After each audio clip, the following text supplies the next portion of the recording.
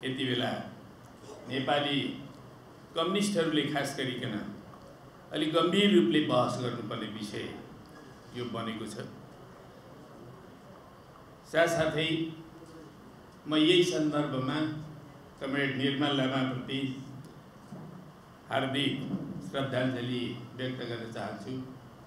उहाँ नेपालको एउटा विशिष्ट मार्क्सवादी लेनिनवादी नेता हुनुहुन्थ्यो। नेपालका सर्वहारा श्रमजीवी जनताको नेता हुनुहुन्थ्यो। बडो लोकप्रिय नेता पनि हुनुहुन्थ्यो, मिलनसार नेता पनि हुनुहुन्थ्यो र उहाँले नेपालको कम्युनिस्ट आन्दोलनलाई अगाडि बढाउने सिलसिलामा, नेपालको देशभक्तिपूर्ण आन्दोलनलाई अगाडि बढाउने सिलसिलामा, नेपालको लोकतान्त्रिक आन्दोलनलाई अगाडि बढाउने सिलसिलामा समेत उहाँले महत्त्वपूर्ण योगदानहरू गर्नुभएको छ। बडो कम उमेरमा नै उहाँले आफ्ना सपनाहरूलाई अधुरै छोडेर जानुभयो, तर जुन सपना र जुन योगदानहरू छन् ती अहिले पनि हामीसँग छन्। म उहाँलाई सम्झँदा 2026 सालमा सम्झन्छु, जति बेला म भौतारी नै हिँडिरहेको थिएँ। किन भौतारिएको थिएँ भन्दा म 2020 सालदेखि कम्युनिस्ट आन्दोलनमा संलग्न भएँ र संलग्न भइसकेपछि मैले पार्टी खोजेँ। म कम्युनिस्ट चाहिँ आफै बने हो, मलाई कसैले कम्युनिस्ट बनाएको होइन, आफै अध्ययन गरेर बने। अनि पार्टी खोजेको पार्टी त टुक्रा टुक्रा भएपछि अझै बन्दै गइरहेको पाएँ मैले। अनि त्यो भइसकेपछि अब क्रान्ति गर्नको लागि त सहर बजारमा गफगाफ गरेर मात्रै पुग्दैन। त्यस कारणले गाउँबाटै सुरु गर्नुपर्छ भनेर म चाहिँ सुदूर पश्चिमतिर भन्दा पनि मध्यपश्चिमतिर बागलुङतिर गएँ। बागलुङमा केही समय बसेर काम गरेँ। हाम्रो चित्रबहादुर केसीजी हुनुहुन्थ्यो त्यहाँ, र त्यो ठाउँमा केही समय काम गरियो, तर तुरुन्तै पक्राउ गरिहाल्यो, जेल हाल्यो। त्यस पछाडि जेलबाट इलाममा गएर चाहिँ हाजिर हुनु भनेर छोड्यो। त्यो छोडिसकेपछि म आएँ फर्केर। काठमाडौँमा आएर सबभन्दा पहिले मैले नेताहरूलाई खोज्दै जाने क्रममा मैले निर्मल लामा कमरेडसँग भेटेँ। उहाँ मेबीमा बस्नुहुन्थ्यो र त्यहाँ बसेको बेलामा हामीले धेरै लामो कुराकानी गऱ्यौँ। 2 दिन कुराकानी गरेर हामी के टुङ्गोमा पुगेका थियौँ भने अब नेपालको कम्युनिस्ट आन्दोलनलाई नयाँ ढङ्गले एकताबद्ध गर्नुपर्छ र त्यसको लागि एउटा राष्ट्रिय स्तरमा कोअर्डिनेसन केन्द्र बनाऊ भन्ने सहमति भएको थियो। तर अब अलिक भिन्नै ढङ्गले पनि उहाँको सहमति हुँदै रहेछ। म चाहिँ कोअर्डिनेसन बनाउने दिशातर्फ गएँ, उहाँ अलिक भिन्न दिशातर्फ जानुभएछ। अझै पछि 31 सालमा पनि मेरो भेट भयो। 31 सालमा हामीले झापामा भेट भएर कलवलगुडी लिएर हामीले भेटघाट गरेर लामो कुराकानी गरेका थियौँ। र त्यो बेला पनि हामी चाहिँ अब यता कोअर्डिनेसन बनाउने हाम्रो एकदम तयारीतिर पुगिरहेका थियौँ। अनि त्यो बारेमा हामीले छलफल गऱ्यौँ। त्यति बेला उहाँ सहमतै हुनुहुन्थ्यो, हो यसरी अगाडि बढ्नुपर्छ भन्ने कुरा थियो। तर हामीले 32 सालको सुरुमै कोअर्डिनेसन बनायौँ। उहाँहरू त्योभन्दा अलिकति अगाडिबाट चौथो महाधिवेशन गर्ने दिशातर्फ जानुभयो। त्यस पछाडि हाम्रा केही लाइन चाहिँ फाटे, आन्दोलन चाहिँ फाटेन। आन्दोलन अगाडि बढ्दै आउने सिलसिलामा एउटा खास अवस्थामा हामीले उहाँलाई गुमायौँ। तर उहाँ जस्तो एउटा लडाकु नेता, उहाँ चाहिँ मैले देखेका नेताहरूमध्ये अलि लडाकु चरित्र भएको नेता हो। यद्यपि उहाँका स्वभावहरू बडा नरम थिए, तर उहाँको विचार लडाकु पनि थियो। र त्यो प्रकारको नेताहरूको अभाव अहिले पनि खट्किन्छ। र उहाँले जुन प्रकारका योगदानहरू दिएर जानुभएको छ, ती चिजहरूलाई सही ढङ्गले संरक्षण गर्ने र सही ढङ्गले विकास गर्ने र नेपाली क्रान्तिलाई अरू उचाइतर्फ अगाडि बढाउने जिम्मा अहिले हामी सबैको काममा छ, आजका कम्युनिस्टहरूको काममा छ। र त्यो काममा रहेको जिम्मेदारीलाई हामीले दृढतापूर्वक अगाडि बढाउनुपर्छ। यो आन्दोलनको सुरुवात कमरेड पुष्पलालले गर्नुभएको हो। कमरेड पुष्पलालले पार्टी स्थापना गर्दाखेरि नै नेपाली क्रान्ति 2टा चरणमा भएर अगाडि बढ्छ भन्ने कुरा घोषणा गर्नुभएको हो। एउटा नयाँ जनवादी क्रान्तिको चरण, दोस्रो समाजवादी क्रान्तिको चरण। अब हामी नेपालका कम्युनिस्टहरूले अलिअलि बाँडिएका छौँ, हामी अलिअलि विभाजित छौँ अहिले पनि। कि एक थरीले नयाँ जनवादी क्रान्ति सिद्धियो भन्ने गरेका छौँ, एक थरीले सिद्धिएन भन्ने गरेका छौँ। र यो यथार्थ चाहिँ मलाई के लाग्छ भन्दाखेरि 62-63 भएको एउटा क्रान्ति नै हो। अब 7 सालमा पनि भएको एउटा क्रान्ति नै हो, तर त्यो पुरा नयाँ जनवादी क्रान्ति होइन। 7 सालमा एउटा राजनीतिक क्रान्ति भयो, सुपर स्ट्रक्चरमा मात्रै परिवर्तन भयो। त्यसलाई हामी सामाजिक क्रान्ति भन्दैनौँ, त्यो राजनीतिक क्रान्ति मात्रै। सामाजिक क्रान्ति भनिरहँदा सुपर स्ट्रक्चरमा पनि परिवर्तन हुन्छ, आर्थिक आधारमा पनि परिवर्तन हुन्छ, अथवा उत्पादन सम्बन्धमा पनि परिवर्तन हुन्छ, र त्यसले सिर्जना गरेको अधिसंरचनामा त्यति बेलाको राजनीतिक व्यवस्थामा पनि परिवर्तन हुन्छ। त्यसलाई हामी सामाजिक क्रान्ति भन्छौँ। 7 सालमा त्यो होइन। अब 62 सालमा आएर हेर्ने हो भने अलिक फरक छ। त्यो के हो भन्दा 62 सालको परिवर्तनले 3टा परिवर्तनहरू गर्यो। पहिलो कुरा, नेपालमा भएको जुन उत्पादन सम्बन्ध लामो समयदेखि कायम थियो, सामन्ती वा अर्ध सामन्ती उत्पादन सम्बन्ध, लामो समय 100औं वर्षदेखि सामन्ती उत्पादन सम्बन्ध थियो। र अब पुँजीवादको उदय भइसकेपछि त्यो अर्ध सामन्ती भयो। यद्यपि त्यो पुँजीवाद दलाल नोकरशाही पुँजीवाद थियो, र यो अर्ध सामन्ती वा सामन्ती उत्पादन सम्बन्ध 62-63 को क्रान्तिको बेलासम्म आइपुग्दा समाप्त भयो नेपालमा। किनभने नेपालमा सामन्ती उत्पादन सम्बन्ध भएको बेलामा हुने शोषणका तरिकाहरूमा मुख्यतः 4वटा तरिकाहरू। एउटा अध्ययनको तरिकाबाट गरिने शोषण, एउटा ठेक्काबाट गरिने शोषण, एउटा कुदबाट गरिने शोषण, एउटा ब्याज मरौनीबाट गरिने शोषण। यी सामन्ती शोषणका मुख्य रूपहरू हो। हामीले क्लासिकल सामन्तवादलाई अध्ययन गर्दाखेरि मार्क्सवादले हामीलाई यही सिकाउँछ।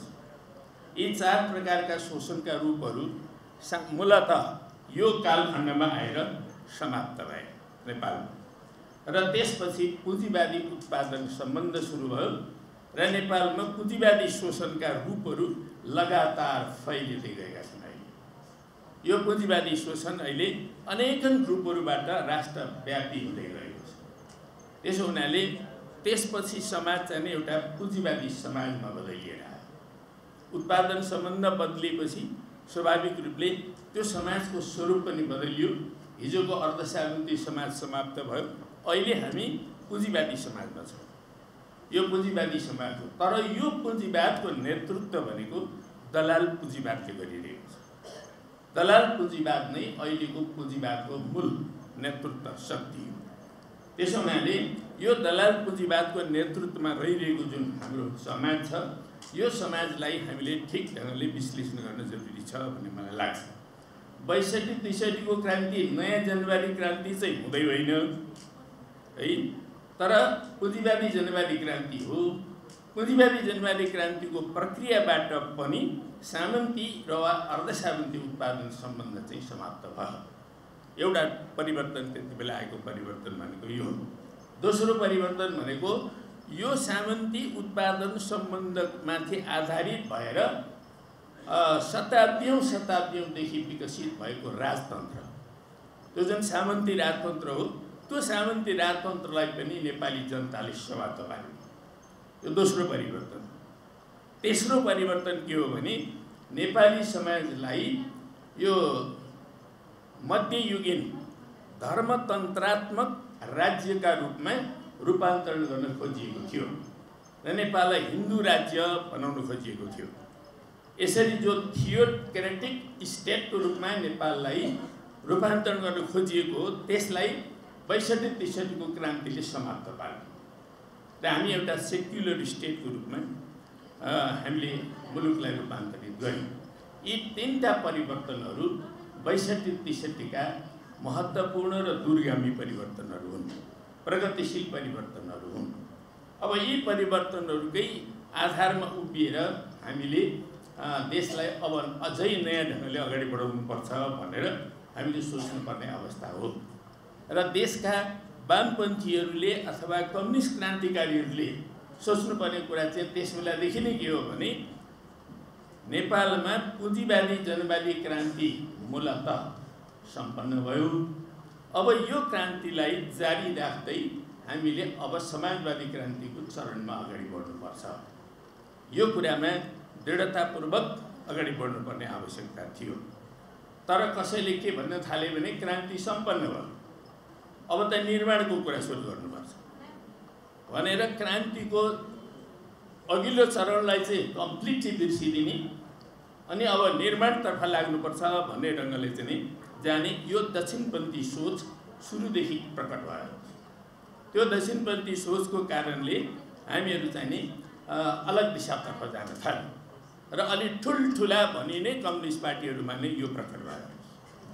सानाले पार्दा धेरै ठुलो असर पर्ने थिएन, तर ठुल्ठुलाबाट त्यो सुरु भएको हुनाले अनि क्रमिक रूपले दक्षिणपन्थी दिशातर्फ नेपालको कम्युनिस्ट आन्दोलन चाहिँ नि भासिँदै गयो, धसिँदै गयो र अहिले हामी जुन ठाउँमा आइपुगेका छौँ यति बेला हेर्ने हो भने सत्तामा यथास्थितिवादी साथीहरू छन्। अहिलेको सत्ताले यथास्थितिवाद बाहेक के पनि सोच्दैन। अहिले भर्खरै नीति कार्यक्रम आयो, त्यहाँ क्रान्तिकारिता भन्नेको जिरो केही पनि छैन, सबै यथास्थितिवाद छ हेर्नुहोस्। अनि त्यसको साथसाथै अब यो वामपन्थी आन्दोलन भन्न यो चाहिँ क्रान्तिकारी आन्दोलन हो नि, त्यो क्रान्तिकारी आन्दोलनमा दक्षिणपन्थी अवसरवाद हाबी छ। त्यसमा हामी को जिम्मेवार छौँ बेगल कुरा होला, हामीसँग हाबी छ। अनि सडकबाट के हुँदैछ भन्दाखेरि पुनरुत्थानवादीहरू सल्भल आउँदैछ। यो तीनटा प्रवृत्तिले यति बेलाको नेपाल ग्रस्त छ। सत्तामा यथास्थितिवाद, वामपन्थी आन्दोलनमा दक्षिणपन्थी अवसरवाद अनि त्यस पछाडि सडकमा पुनरुत्थानवाद। यो एउटा खतराको सङ्केत हो। त्यसकारणले सबै यो देशका कम्युनिस्ट क्रान्तिकारीहरूले बिल्कुल नयाँ धरातलबाट कहाँ के गल्ती भयो विगतमा यो कुरालाई छाती छाम्दै हामीले नयाँ धरातलबाट हिँड्नु बाहेक अर्को कुनै विकल्प छैन। यदि हामी वैज्ञानिक समाजवादको दिशातर्फ हिँडेको हो भने, वैज्ञानिक समाजवाद यो देशमा प्राप्त गर्नु छ भने अब त समाजवादी क्रान्ति हो नि। त्यो समाजवादी क्रान्तिलाई सम्पन्न गर्नुको निम्ति हामीले सुरुदेखि नै यसका एकदम आधारभूत कुराहरूदेखि सोच्नुपर्ने आवश्यकता छ। र त्यो भनेको के हो भन्दाखेरि यदि यो अवस्था आएको थिएन भने, जस्तो विगतको विकासक्रमलाई एकैछिन हामीले ध्यान दिदियो भने 62-63 को क्रान्ति भयो, बडो राम्रो भयो।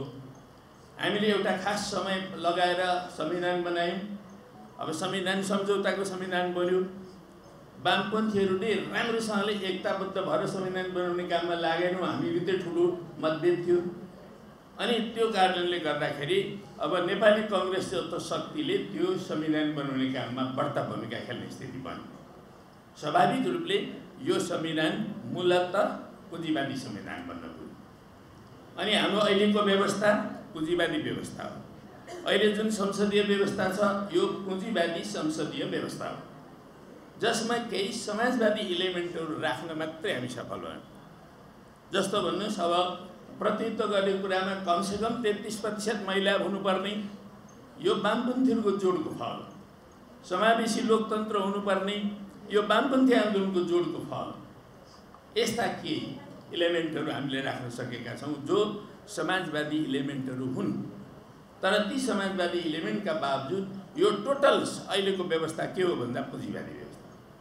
किनभने पुँजीवादी इलिमेन्टहरू चाहिँ यो व्यवस्थामा प्रभुत्वशाली छन्। त्यो अवस्था अहिले सिर्जना भएको छ। त्यसो हुनाले हामीले समाजवाद यो अब पुँजीवादी जनवादी क्रान्ति सम्पन्न जुन बिन्दुमा भयो भनेर हामी मान्छौँ, त्यही बिन्दुबाट समाजवादी क्रान्तिको सुरुवात भयो भनेर मान्नुपर्ने हुन्छ वस्तुगत रूपले। अब आत्मगत रूपले चाहिँ हामी कम्युनिस्टहरूले जबसम्म एकताबद्ध भएर यो समाजवादी क्रान्तिको कार्यदिशा यो हो, नीति यो हो, सिद्धान्त यो हो, लक्ष्य यो हो, कार्यक्रम यो हो र हाम्रो अहिलेको अवस्थाको प्रधान अन्तर्विरोध यो हो, शत्रु मित्र यो हुन्।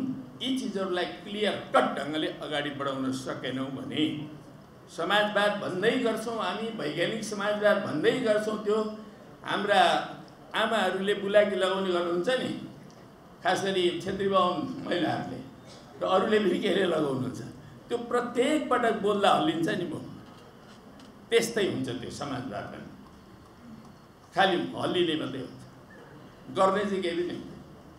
त्यसो हुनाले यो देशका कम्युनिस्ट क्रान्तिकारीहरूले बिल्कुल नयाँ धरातलबाट सोच्नुपर्ने हुन्छ र त्यो सोचेर जाने हो भने सबभन्दा पहिलो कुरा अहिलेको नेपाली समाजको वर्ग विश्लेषण के हो, त्यो वर्ग विश्लेषणलाई हामीले ठिक ढङ्गले निर्क्युल गर्नुपर्ने हुन्छ। अहिले दलाल पुँजीवादको शासन छ नेपालमा, हैन? जो सरकारमा छौँ भनेर घमण्ड गरे पनि दलाल पुँजीवादको सेवा बाहेक उहाँले केही पनि गर्न सक्नु भएको छैन, हेर्नुहोस्। त्यसो हुनाले दलाल पुँजीवादका विरुद्ध लड्ने हो भने त्यही प्रकारको शक्ति बिल्डअप गर्ने कुराहरूमा, त्यही प्रकारको नीति लिएर अगाडि बढ्ने कुराहरूमा हामी स्पष्ट ढङ्गले अगाडि बढ्न सक्नुपर्छ। त्यसो हुनाले पहिलो कुरा यो वर्ग विश्लेषण गर्न जरुरी छ र दलाल पुँजीवाद कसरी हाबी छ हेर्नुहोस्। अहिलेको उद्योग धन्दाहरूमा दलाल पुँजीवाद नै हाबी छ, व्यापारमा हेर्नुहोस् दलाल पुँजीवाद हाबी छ, कर्मचारी तन्त्रमा हेर्नुहोस् दलाल पुँजीवाद हाबी छ, हैन? वैदेशिक सम्बन्धहरूतिर हेर्नुहोस् दलाल पुँजीवाद हाबी छ। एउटा सरकारले एउटा के अरे यो गभर्नर नियुक्ति गर्ने कुरामा देख्नुहोस् त नाटक कस्तो छ। यो दलाल पुँजीवादको खेल बाहेक केही पनि होइन, जम्मै यो खेल। त्यसो हुनाले दलाल पुँजीवाद हर क्षेत्रमा अहिले हाबी भएको छ, अझ हाबी हुँदै गइरहेको छ। अब नेपालका राजनीतिक पार्टीहरूलाई, राजनीतिक नेताहरूलाई समेत नचाउन सक्ने शक्ति कसैसँग छ भने त्यो दलाल पुँजीवाद छ। किन उनले रातारात एउटा चप्पल लगाउने मान्छेलाई रातारात करोडपति बनाइदिन्छ, लोभ र स्वार्थ हुने मान्छेलाई किन्न केही पनि गाह्रो पर्दैन। त्यसो हुनाले यो प्रकारको एउटा अवस्था अहिले सिर्जना भएको छ। त्यसैले अहिले नेपाली समाजको मुख्य अन्तर्विरोध के हो, प्रधान अन्तर्विरोध के हो, जस्तो कमेड माओ सेतुङले जनवादी क्रान्ति सञ्चालन गर्दा होस् या त्योभन्दा पछाडि अगाडि बढेर जाँदा होस्, जहिलेसुकै पनि उहाँले के भन्नुभयो भने हर बेलामा क्रान्ति गर्दा होस् वा निर्माण गर्दा होस्, त्यो बेलाको प्रधान अन्तर्विरोध पहिला पत्ता लगाउने कुरा सबभन्दा महत्त्वपूर्ण कुरा हुन्छ। अहिले नेपाली समाजको प्रधान अन्तर्विरोध के हो त भन्दाखेरि पहिलो प्रधान अन्तर्विरोध भनेको नै अहिले दलाल पुँजीवाद र व्यापक जनताका बिचको अन्तर्विरोध प्रधान अन्तर्विरोध हो। अरू पनि वर्गीय अन्तर्विरोध थुप्रै छन्, हैन? राष्ट्रिय पुँजीपति वर्गसँग व्यापक जनताकै अन्तर्विरोध पनि छ, साम्राज्यवाद र नेपाल राष्ट्रका बिचको अन्तर्विरोध छ, प्रभुत्ववाद र नेपाल राष्ट्रका बिचको अन्तर्विरोध छ, अनेक भित्री बाहिरी अन्तर्विरोधहरू छन्। तर तिनीहरूमध्ये प्रधान अन्तर्विरोध चाहिँ यति बेला दलाल पुँजीवाद र व्यापक जनताको बिचको अन्तर्विरोध हो है। यो अन्तर्विरोधलाई पत्ता लगाइसकेपछि हाम्रा शत्रु को रहेछन्, मित्र को रहेछन्, छर्लङ्ग हुन्छ। अनि अब यहाँ थुप्रो राजनीतिक पार्टीहरू छन्। अहिले हामी दलीय व्यवस्थाबाट अगाडि बढ्दैछौँ। दलीय व्यवस्थामा दलहरू जन्मनु स्वाभाविक हुन्छ। दलीय व्यवस्था भनेको पुँजीवादी व्यवस्था हो। पुँजीवादमा दलहरू बनिरहन्छन्, विभाजित भइरहन्छन्, फेरि उम्रिरहन्छन्, फेरि विभाजित हुन्छन्, कोही एकताबद्ध पनि हुन्छन् है। यो पुँजीवादको चरित्र हो। दलहरू उम्रिनु, दलहरू विकसित हुनु, दलहरूको शासन हुनु, कोही प्रतिपक्षमा बस्नु, कोही सत्तामा बस्नु, यो चाहिँ पुँजीवादी दलीय व्यवस्थाको सामान्य चरित्र हो। नेपालमा जुन पुँजीवादी स्थापना भएको छ, जुन यो पुँजीवादी व्यवस्था स्थापना भएको छ, यसको सामान्य चरित्र सङ्ख्या यति पुगेपछि सरकार गठन गर्न पाइन्छ भन्ने संविधानमा हुन्छ, पुँजीवादी संविधानमा हो। त्यो बमोजिम सरकार बन्छ, अलिकति सङ्ख्या तलमाथिको ढल्छ, फेरि अर्को सरकार बन्छ। यो अहिले हुँदै गइरहेको छ। 4वटा सरकार हामीले यो पछिल्लो चुनावपछि पनि देखिसक्यौँ। यो पनि यो व्यवस्थाको चरित्र। त्यसो हुनाले अब यी व्यवस्थाहरू जति तलमाथि भए पनि यदि क्रान्तिकारी कार्यदिशा छैन, नीति छैन, सिद्धान्त छैन भने जुनसुकै रङ्गरूपको सरकार आए पनि केही पनि हुँदैन। उही यथास्थितिवादी। यसो हुनाले नेपालमा कम्युनिस्टहरूको निकै ठुलो शक्ति बन्यो। एक बेलामा त हामी दुईटा समूह नेकपा एमाले र नेकपा माओवादी केन्द्र मिलेर अगाडि बढ्दाखेरि हामीले करिब 2/3 नै बनेका थियौँ भन्ने हुन्छ। संसदमा 2/3 बहुमत थियो सङ्घीय संसदमा, अरू तलका 6वटा प्रादेशिक संसदमा हामीसँग बहुमत थियो। देशव्यापीमा भन्दा 753 पालिकाहरूमध्ये 400 भन्दा बढी पालिकाहरूमा हाम्रो बहुमत थियो हैन। देश वाममय। अब नेपालको वामपन्थी आन्दोलनलाई जनताले जुन आशा र अपेक्षा साथ त्यो मत दिएका थिए नि, त्यो ठुलो अपेक्षा थियो। उनीहरूको अपेक्षा के थियो भन्दाखेरि हामीले लामो समयदेखि के भन्यो भने हामी सत्तामा गयौँ भने पहिलो काम क्रान्तिकारी भूमि सुधार गर्छौँ भनेका थियौँ। खोइ क्रान्तिकारी 2/3 बहुमतको सरकार बन्यो, पटक पटक विभिन्न ढङ्गले सरकारहरू बने, तर क्रान्तिकारी भूमि सुधारको क पनि उच्चारण भएन। अहिलेसम्म भएकै छैन। अहिले पनि भूमिहीन किसानहरू त्यस्तै अवस्थामा छन्, गरिब किसानहरू त्यस्तै अवस्थामा छन्, मध्यम किसानहरू त्यही अवस्थामा छन्। अझ यी तराईका क्षेत्रहरूमा गएर हेर्नु हो भने कति छ त्यो गाउँमा भन्दाखेरि 20,000 परिवार छ, तर कसैको पनि हातमा पूर्जा छैन, लाल पूर्जा छैन। यस्ता गाउँहरू समेत छ।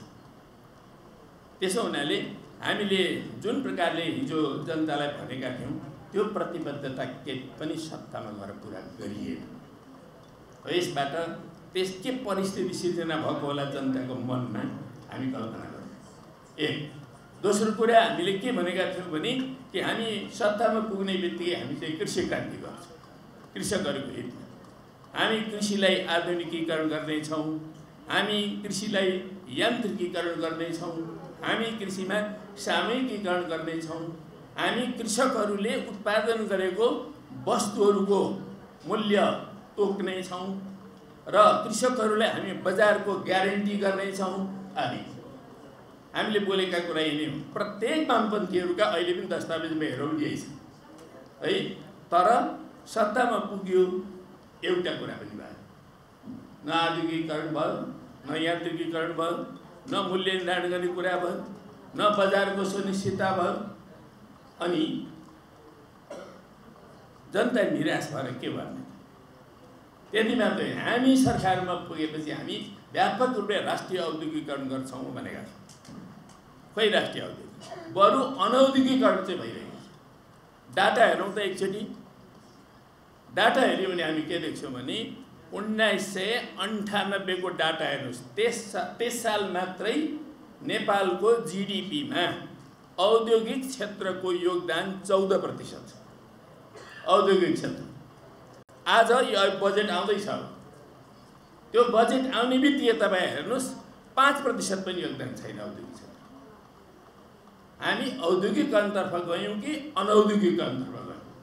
यही कुरालाई बुझ्छ र यी ठुला पार्टीहरूले एकचोटि ऐनामा राम्रोसँगले अनुहार हेर्न जरुरी छ। कता जाँदैछ देश, कता लगिँदैछ देश, तथ्यहरूका आधार। हामीले कसैलाई गाली गर्नु के पनि जरुरी छैन। किन गाली गर्नु? आफ्नो अनुहार आफैमा देखिहाल्छ, हेर्नुहोस् भन्ने पुग्छ। त्यसो हुनाले यो प्रकारको एउटा अवस्था अहिले हाम्रो देशमा छ कमरेडहरू। त्यसो हुनाले हामीले जो गर्नुपर्ने थियो त्यो कामै गरेन। गफ मात्रै गर्यो, ठुल्ठुला गफ। गफले क्रान्ति हुँदैन, त्यस्तो भएन पनि। त्यस्तै हामीले के भनेका थियौँ? औद्योगिकीकरण। अब औद्योगिकीकरणमा हामी त यो देशमा के गर्न सक्छौँ? हेर्नुहोस् त, यसो विचार गर्नुहोस्। कृषिजन्य उद्योगहरू व्यापक बनाउन सक्छौँ हामी यो देशमा। चाहे अन्नसँग सम्बन्धित उद्योगहरू बनाउनुहोस्, चाहे फलफुलसँग सम्बन्धित उद्योगहरू बनाउँ होइन, चाहे अन्य विविध कुराहरूमा कृषिजन्य उद्योगहरू, असङ्ख्य उद्योगहरू बनाउन सकिन्छ। यहाँ वनजन्य उद्योगहरू बनाउन सकिन्छ, यहाँ पानीजन्य उद्योगहरू बनाउन सकिन्छ, यहाँ खानीजन्य उद्योगहरू बनाउन सकिन्छ, यहाँ जडीबुटीजन्य उद्योगहरू बनाउन सकिन्छ। यहाँ खोइ त्यता हामी सरकारमा हुँदा खोइ के गर्यौँ? म पनि सरकारमा पुगेको थिएँ प्रधानमन्त्री भएर 5-6 महिना। त्यति बेला त्यो काम गर्ने कुनै थिएन, संविधानै बनाएको थिएन। हामी त्यतातिर लागेका थियौँ। संविधान बनाइसकेपछि सरकारमा पुगेका साथीभाइहरूले यो काम गर्नुपर्ने हो है, भएन, केही पनि भएन। त्यसकारणले जनता व्यापक रूपले निराश हुँदै गयो। औद्योगिकीकरण नै भएन। अब त्यसपछि शिक्षा र स्वास्थ्य हेर्नुहोस्, 28 सालको शिक्षा ऐन अहिले एउटा नयाँ ऐन बनाउन सकिएको छैन, दुर्भाग्यको कुरा। अनि हामी समाजवादी शिक्षा भन्छौँ, कहिले जनवादी शिक्षा भन्छौँ, कहिले हुन्छ त? हामी सत्तामा हुँदा पनि नभएपछि अनि जनताले कहाँ चाहिँ अपेक्षा गर्ने, कोसँग अपेक्षा गर्ने? यो प्रकारको एउटा अवस्था छ। त्यस्तै हामीले स्वास्थ्यमा व्यापक रूपले सुधार गर्छौँ भने कमरेड केपी ओली प्रधानमन्त्री भएको बेला सबै पालिकामा के जति गर्ने भन्नु, अब त्यसको आधार छैन, स्रोत छैन, केही छैन, डिजाइनिङ केही पनि छैन, घोषणा गरेर मात्रै पनि हुँदो रहेछ। त्यसकारणले यी सबै कुराहरूमा हामीले जुन ढङ्गले अगाडि बढ्नुपर्ने थियो भएन। हामी गरिबी उन्मूलन गर्छौँ भने केही पनि भएन, यी सबै काम गर्न सकिन्छ। त्यति मात्र होइन, 2/3 बहुमत भएको बेलामा संविधान परिवर्तन गर्न सक्यौँ। हेर्नुहोस्, हामीले यो देशलाई चाहिने जतिसुकै प्रगतिशील ऐन पनि बनाउन सक्यौँ। हामी बनाएनौँ, त्यता भिजनै गएन। यही संविधान एकचोटि पढौँ त, संविधानको भाग 4 मा हामीले बनाएको यो संविधान, त्यो भाग 4 बनाउँदा हामीले धेरै पापड बेलेका छौँ, धेरै पापड बेलेका छौँ। त्यसमा त्यो संविधानको भाग 4 भित्र हामीले नेपालको कृषिलाई कसरी अगाडि बढाइनेछ, भूमि सुधार कसरी गरिनेछ, शिक्षा स्वास्थ्य कस्तो बनाइनेछ, औद्योगिकरण कसरी गरिनेछ, जलस्रोतको विकास कसरी गरिनेछ, हाम्रो परराष्ट्र नीति के हुनेछ, यी सारा चिजहरूको एउटा श्रृङ्खला छ। तर त्यसको अन्तिममा गएर के भनियो भन्दाखेरि त्यो संविधान बनाउनु भयो। यो चाहिँ कुरा एकदम राम्रो हो, तर यसलाई कार्यकारी चाहिँ बनाउनु हुँदैन, काम यो गर्नै पर्ने बाध्यता चाहिँ राख्नु हुँदैन भनेर लास्टमा त्यो चाहिँ बाध्य नहुने एउटा क्लज राखियो। अहिले पढ्नुहोस् त यो संविधान, त्यसो गरेर भाग 4 लाई कामै नलाग्ने बनाइयो। भाग 4 मा राम्रा कुरा छन्, तर त्यसलाई लागू गर्ने कुनै बाध्यता छैन, त्यस्तो बनाइयो। त्यसो हुनाले यी सब चिजहरू हामीले गर्दै पनि अनेक प्रकारका अवरोधहरू समेत सँग लड्नु परेको अवस्था पनि थियो। तर अहिले कसैले यो लागू गर्छु भन्यो भने कसैले रोक्न सक्दैन थिएन। ल भाग 4 लागू गर्छु भनेर अहिलेका प्रधानमन्त्रीले भन्नु त, कसले रोक्ने? धरतीको कुनै शक्तिले रोक्न सक्दैन।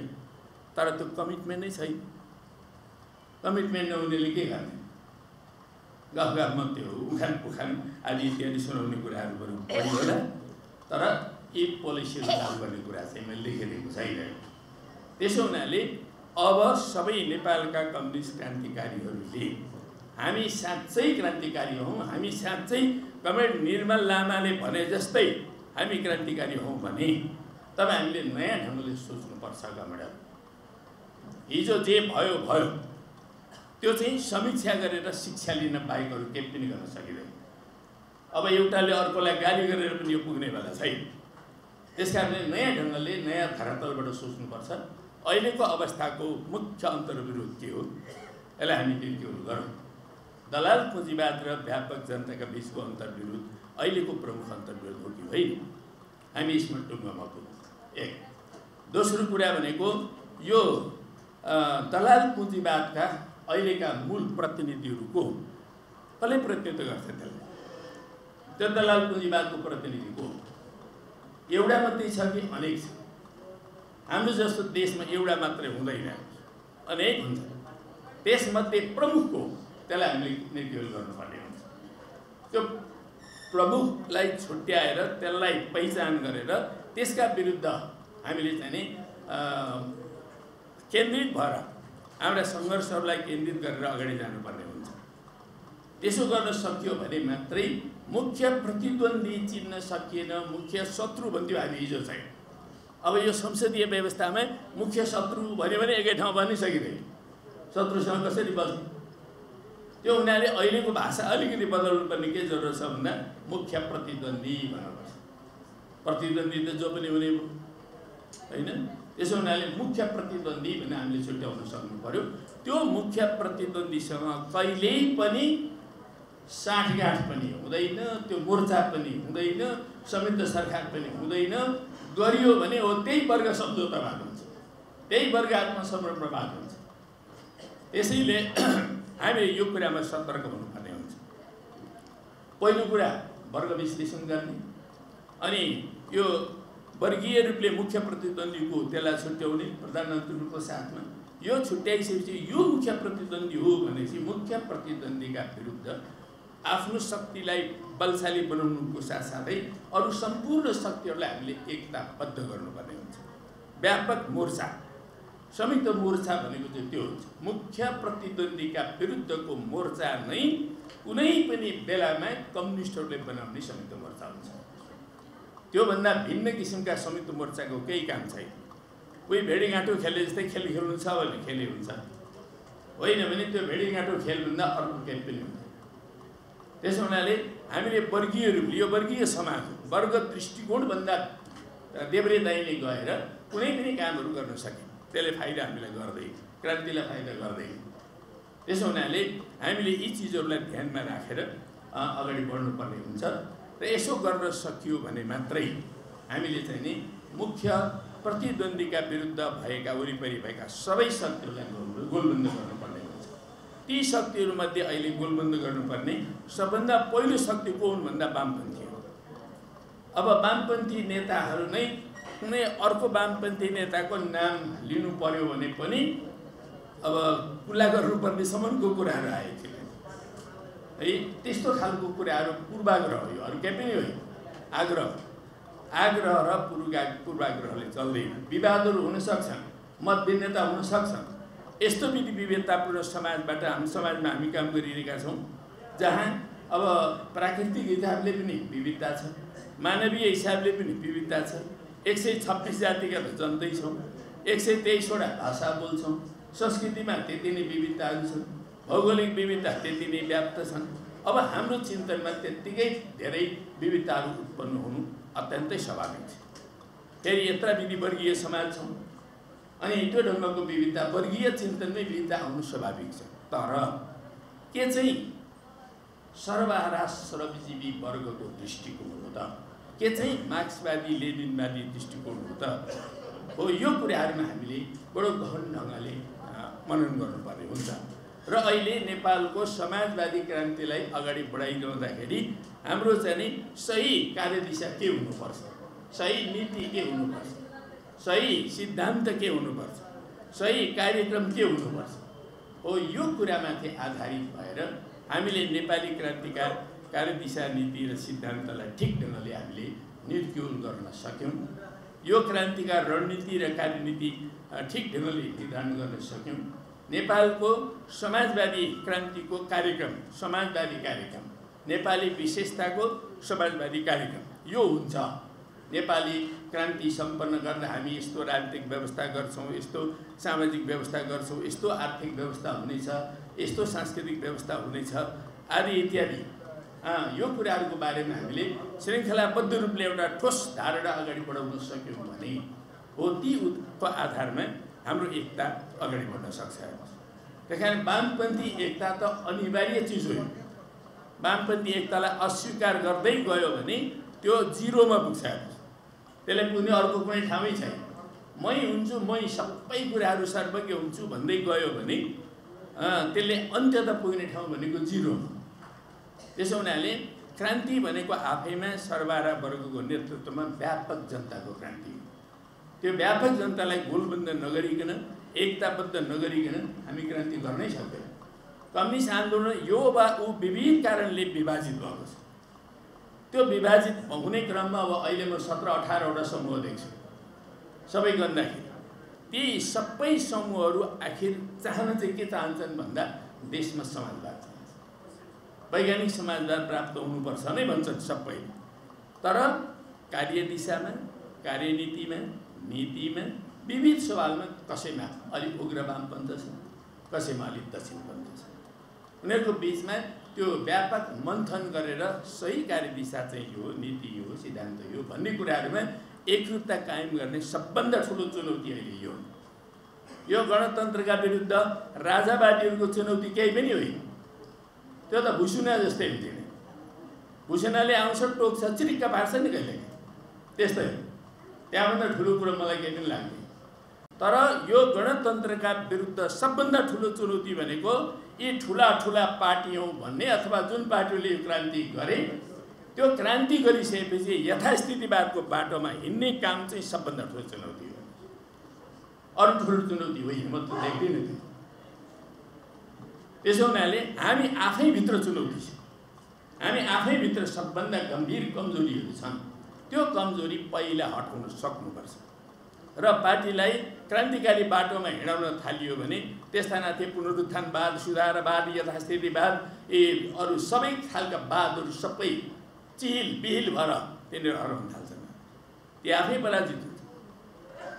त्यसो हुनाले सबभन्दा पहिला क्रान्तिवाद चाहिँ, क्रान्तिकारी एउटा चाहिँ दृष्टिकोण चाहिँ, अडान चाहिँ र त्यो ढङ्गको कार्यदिशा नीति र सिद्धान्त चाहिँ, त्यो कुरामा हामी अगाडि बढ्न थाल्यौँ भने व्यापक जनतामा आशा सिर्जना हुन थाल्छ होइन, उत्साह सिर्जना हुन थाल्छ।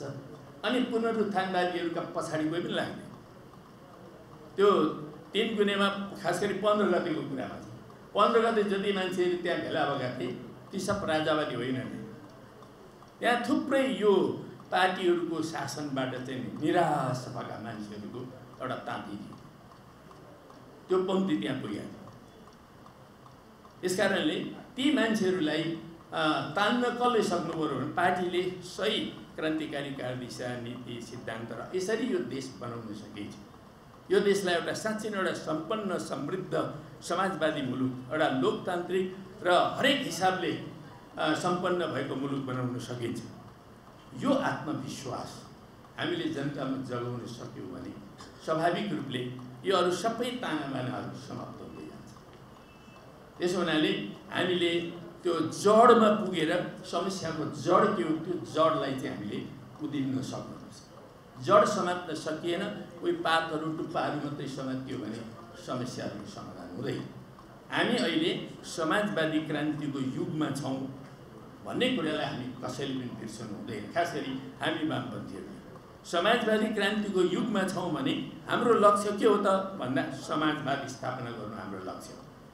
अब कतिपय त्यो यथास्थितिवाद र सुधारवादको बाटोमा हिँड्न थालेका साथीभाइहरू के भन्नुहुन्छ भने होइन यहाँ त उद्योग धन्दै विकास भएको छैन, पुँजीवादै विकास भएको छैन, अनि पुँजीवाद विकास नगरिकन कसरी समाजवाद आउँछ, यस्तातिर जान थालेका छन् साथीभाइहरू। अनि त्यो पूर्वी युरोपमा कहाँ सारा सारा सारा पुँजीवादी स्थापना भइसकेका थियो, विकास भएको थियो, थिएन नि। अनि मङ्गोलियामा के आएको थियो? मङ्गोलियामा त एउटा उद्योग पनि थिएन। मङ्गोलियामा मजदुर भन्ने नै थिएन।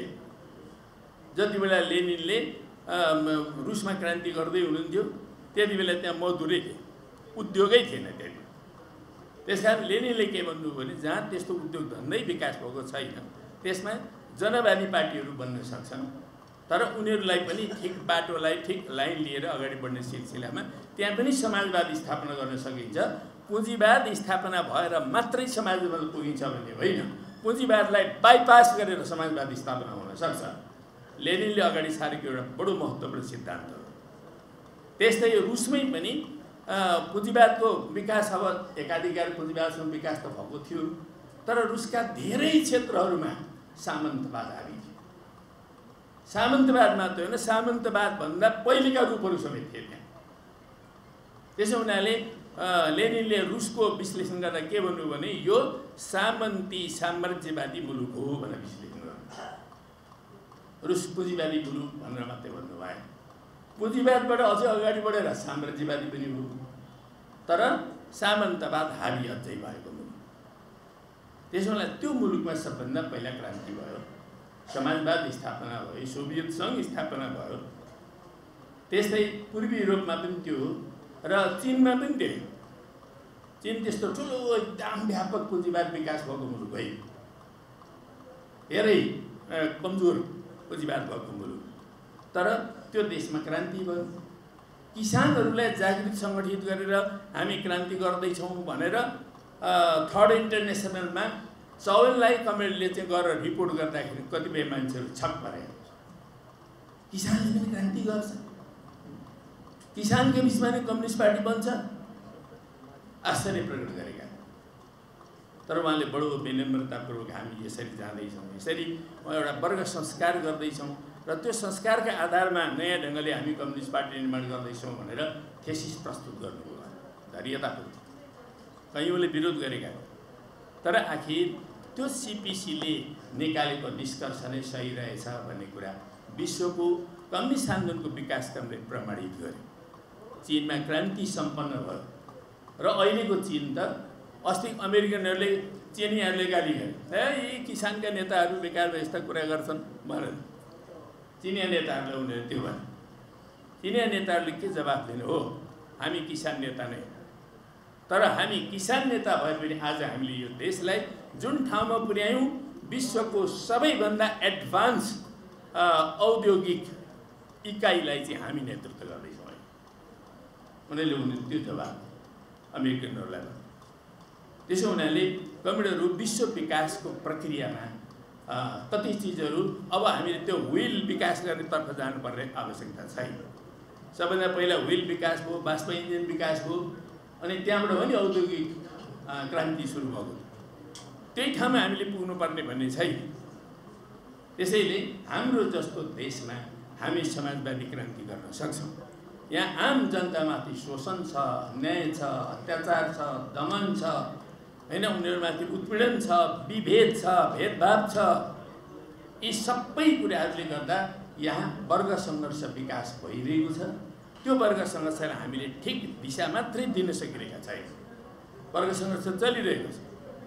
त्यसमा त्यो वर्ग सङ्घर्षलाई ठिक दिशा दिएर अगाडि बढ्ने क्रममा यो देशमा समाजवादी क्रान्ति हुन्छ। यहाँ ठुल्ठुला अरू विदेशीहरूलाई ल्याएर उद्योग धन्दा खोलेर अनि पुँजीवादको विकास गरेर अनि त्यस पछाडि समाजवादतर्फ हिँड्नुपर्ने आवश्यकता होइन। हामीले सर्वहारा सर्वजीवी जनताको नेतृत्वमा क्रान्ति सम्पन्न गर्दै अनि त्यस पछाडि त्यो सरकार मार्फत व्यापक औद्योगिकरण गर्न सक्छ। जस्तो चीनले 4 मोडर्नाइजेसन भन्यो नि, त्यो क्रममा व्यापक औद्योगिकरण भयो। हामीले पनि क्रान्ति सम्पन्न गर्ने सिलसिलामा हाम्रो समाजलाई पनि औद्योगिकरण गर्छौँ, मोडर्नाइजेसन गर्छौँ। त्यो क्रममा हामी रूपान्तरण गर्दै लान्छौँ। तर सबभन्दा पहिला मार्क्सले आफ्नो घोषणापत्रमा भने जस्तै पहिलो कुरा के हो भने सर्वहारा सर्वजीवी जनताले डेमोक्रेसीको लडाइँ पहिला जित्नुपर्छ यस्तो देशमा।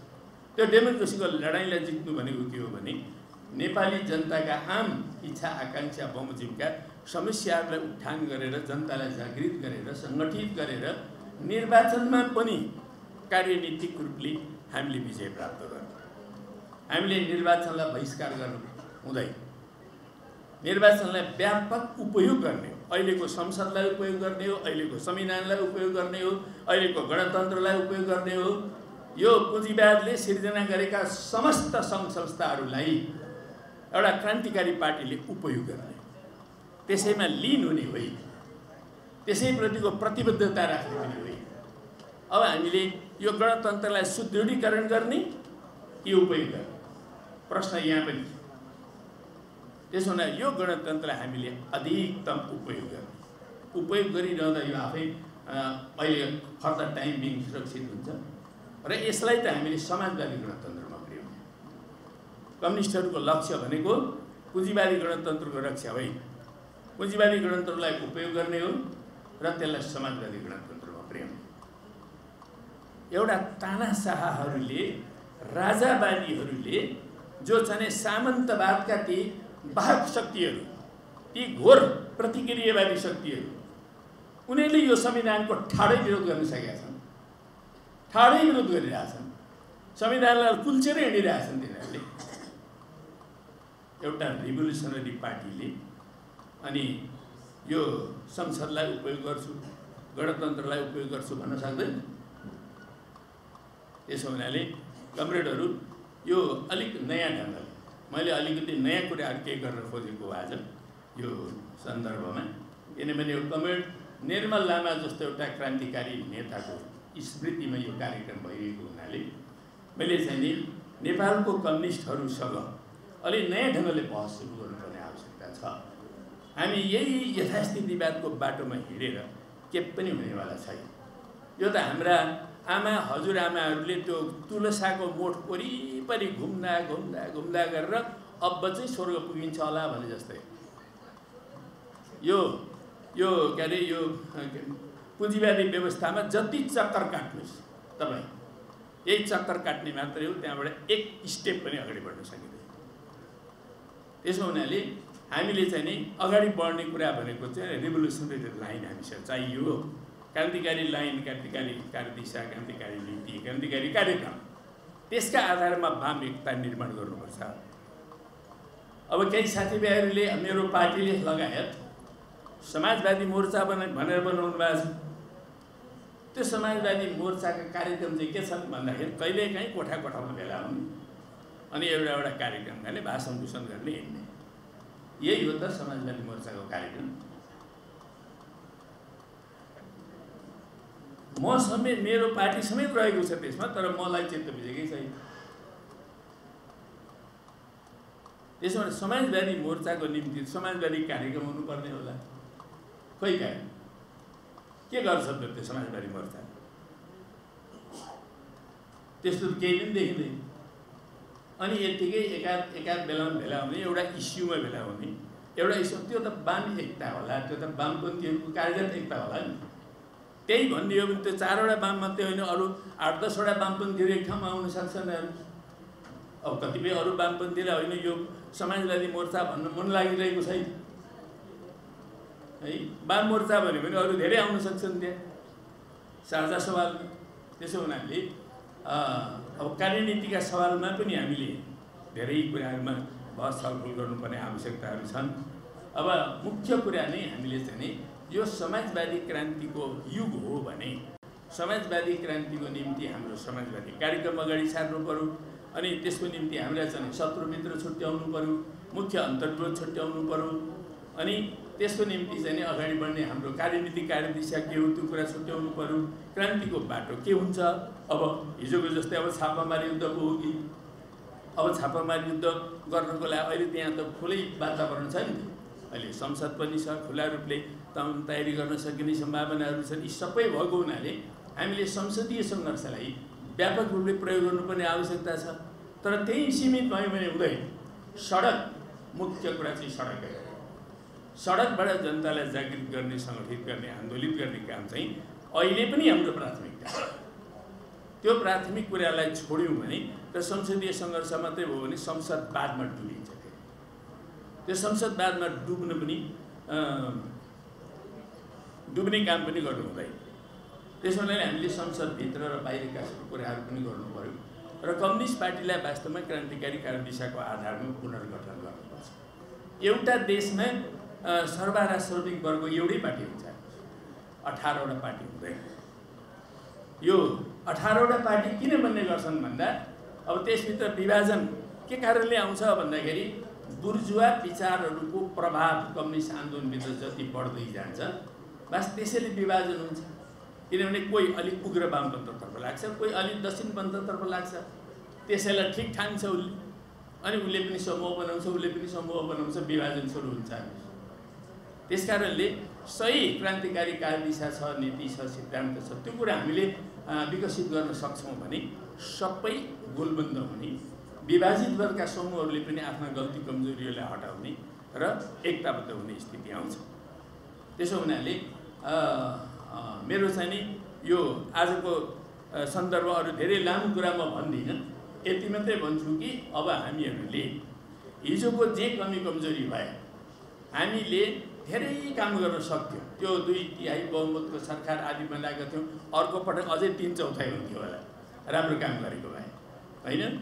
त्यति बेला हामी भूमि सुधार गर्नुपर्ने थियो, कृषि क्रान्ति गर्नुपर्ने थियो होइन, औद्योगिकरण गर्नुपर्ने थियो, शिक्षा स्वास्थ्यमा आमूलचूल परिवर्तन गर्नुपर्ने थियो, गरिबी उन्मूलन गर्नुपर्ने थियो। यी राष्ट्रियतामाथि अहिले पनि हेर्नुहोस् त कत्रो ठुलो चाहिँ अत्याचार भइरहेको छ। उयो महाकालीमा अहिले पनि 40 रोपनी जग्गामाथि अहिले इन्डियाले कब्जा गरिरहेको छ। तर खोइ हामी बोल्दैनौँ। नेपालको कुनै वामपन्थीले वक्तव्य निकाले पनि देख्दिनँ। म एउटा वक्तव्य निकाल्दो रहेछु, त्यो कहाँ हराउँछ कहाँ त्यस्तो भइरहेको। त्यसकारणले यस्तो खालको जुन कुराहरू छ, राष्ट्रियतामाथि खतरा छ, त्यसका विरुद्ध हामीले चाहिँ नि त्यो ढङ्गले आवाज बुलन्द गर्न सकिरहेका छैनौँ। त यो सबै कुरालाई ध्यानमा राख्दाखेरि हिजो जे गल्ती कमजोरी भएका छन् त्यसबाट शिक्षा लिँदै नयाँ धरातलबाट कम्युनिस्ट क्रान्तिकारीहरूले एक ठाउँमा बस्ने छलफल गर्ने कसरी हो त? त्यसो भए एउटा एकीकृत पार्टी कसरी बन्न सक्छ? नेपालमा सर्वहारा श्रमजीवी वर्गका धेरै पार्टी बनाउनु पर्ने कुनै वस्तुगत कारणै छैन, फगत मनोगत कारण, वस्तुगत कारण छैन। अब बुर्जुवाहरूका चाहिँ कारण हुन्छन् फेरि, बुर्जुवाहरूका पुँजीवादीहरूका एकभन्दा बढी पार्टी बन्छन्। किन बन्छन् भन्दाखेरि पुँजीपति वर्ग चाहिँ अगाडि बढ्दै बढ्दै बढ्दै जाने क्रममा, शोषण र अन्याय अत्याचारले मोटाउँदै जाने क्रममा एकाधिकारवादी पुँजीवादी गुटहरू बन्छन्। त्यो एकाधिकार पुँजीवादीको एउटा मात्रै हुँदैन, अनेक गुट हुन्छ। अनि त्यो अनेक गुट भएपछि उनीहरूका अलग अलग पार्टीहरू बनाउनु पर्ने बाध्यता खडा हुन्छ, उनीहरूका चाहिँ अलग पार्टी बन्छ। तर सर्वहारा श्रमजीवी वर्गभित्र त्यो प्रकारका अलग अलग एकाधिकारवादी गुट त हुँदैन र त्यो ढङ्गले बनाउनु पर्ने आवश्यकता पनि छैन। तर हामी भित्रका आग्रहहरू, पूर्वाग्रहहरू, दृष्टिकोणमा भएका विविधताहरू र दृष्टिकोणमा भएका कमी कमजोरीहरूको कारणले मात्रै हामीले अलग अलग समूहहरू बनाउनु पर्ने अब परिस्थिति सिर्जना भएको हुन्छ र बनाइरहेका हुन्छ। हाम्रो पनि एउटा अलग समूह है। तर अब यी सबैलाई एकताबद्ध गर्ने हो भने एउटा कार्यदिशा नीति सिद्धान्तको आधारमा हामीले एकताबद्ध हुनुपर्छ, त्यसको लागि खोज्नुपर्छ। जस्तो हामीले 32 सालमा एउटा कोअर्डिनेसन बनाएको, कमेन्ट निर्णयमा पनि त्यसमा सुरुमा चाहिँ तयार हुन्थ्यो, पछि अर्कोतिर उ गर्नु। त्यस्तै अहिले पनि हामीले चाहिँ या त कोअर्डिनेसन बनाऊँ या चाहिँ एक आपसमा अलिकति लिडरहरू भेला भएर कसरी जान सकिन्छ बहस सुरु गरौँ हैन। त्यो ढङ्गले वामपन्थीले एकताबद्ध हुनुपर्ने आवश्यकता छ। होइन भने कमेडहरू 84मा एउटा चुनाव आउँदैछ, संसदीय व्यवस्थाको श्रृङ्खलाबाट अगाडि बढिरहँदा निर्वाचनहरू पनि कार्यनीतिक रूपले बडा महत्त्वपूर्ण हुन्छ। यी रणनीतिक कुरा चाहिँ होइनन् नि, रणनीतिक कुरा चाहिँ सडकबाट जागृत सङ्गठित गरेर आन्दोलन गर्ने कुरा नै हो। रणनीतिक कुरा त्यही पनि अहिले कमजोर भएको छ। अब कार्यनीतिक रूपले गर्नुपर्ने जुन संसदीय सङ्घर्षको कुरा हो, त्यो संसदीय सङ्घर्षमा पनि 84मा पुग्दा अहिले जे लक्षणहरू हामी वामपन्थीहरूले प्रकट गरिरहेका छौँ, यही लक्षणकै बाटोमा गोहोमा हिँडिरहने हो भने हाम्रो नजिकै छिमेकी मुलुकको एउटा प्रान्त, पश्चिम बङ्गालको प्रान्त, जहाँ 35 वर्ष त्यहाँको चाहिँ नि वामपन्थी पार्टीले शासन गरिरहेको थियो, अहिले उम्मेदवार खोज्न सक्छ। कुनै निर्वाचन क्षेत्रमा वामपन्थी उम्मेदवार खोज्नु परेछ, उठाउन सकिन्छ, मान्छे उठ्न जाँदैन। त्यो अवस्था भने के हामी त्यसबाट नेपाललाई बचाउन सक्छौँ? त्यस्तो दुर्गति हुनबाट बचाउन सक्छौँ भने आजैदेखि सुरु गरौँ। म सबै कमेडहरूलाई अपिल गर्न चाहन्छु, आजैदेखि सुरु गरौँ, नयाँ ढङ्गले सोचौँ, नयाँ ढङ्गले पहल कदमी गरौँ र नयाँ ढङ्गले बसेर छलफल गरौँ। हामीसँग अर्को विकल्प छैन। यसो गरेर एउटा सही कार्यदिशा नीति र सिद्धान्तको आधारमा हामीले कम्युनिस्ट आन्दोलनलाई एकीकृत गर्न थाल्यौँ, एकताबद्ध गर्न थाल्यौँ, एउटा सशक्त कम्युनिस्ट आन्दोलनको विकास गर्न थाल्यौँ र समाजवादी भविष्यतर्फ, समाजवाद नै हाम्रो एकमात्र भविष्य हो। यो पुँजीवादले कुनै पनि समस्या समाधान गर्दैन है। वर्गीय शोषण पनि यसले अन्त्य गर्दैन, यो विविध खालका विभेदलाई पनि यसले अन्त्य गर्दैन, भ्रष्टाचारलाई पनि अन्त्य गर्दैन हैन। खुट्टा नकमाऊ भने अघि राम्रो गीत गाउनु भयो नि कमेडहरू, कलाकार कमेडहरू, यो पुँजीवादभित्र जस्ता सुकै गीत गाएर अपिल गरे पनि त्यसले समाधान गर्दैन। समाजवादी क्रान्ति मात्रै हो र समाजवादले मात्रै हाम्रो समस्याहरूको अन्तिम समाधान हुन्छ। त्यसो हुनाले त्यो दिशातर्फ अगाडि बढ्नको निम्ति तपाईँ हामी आजबाट जमर्को गर्छौँ भने कमेड निर्मल लामा र अरू सबै हाम्रा दिवंगत नेताहरू, हाम्रा आदरणीय शहीदहरूप्रति साँचो सम्मान हुनेछ र नेपाली कम्युनिस्ट आन्दोलनप्रति तपाईँ हाम्रो प्रतिबद्धता पनि सार्थक हुनेछ। आज म यति भनेर बिदा हुन चाहन्छु। लाल सलाम।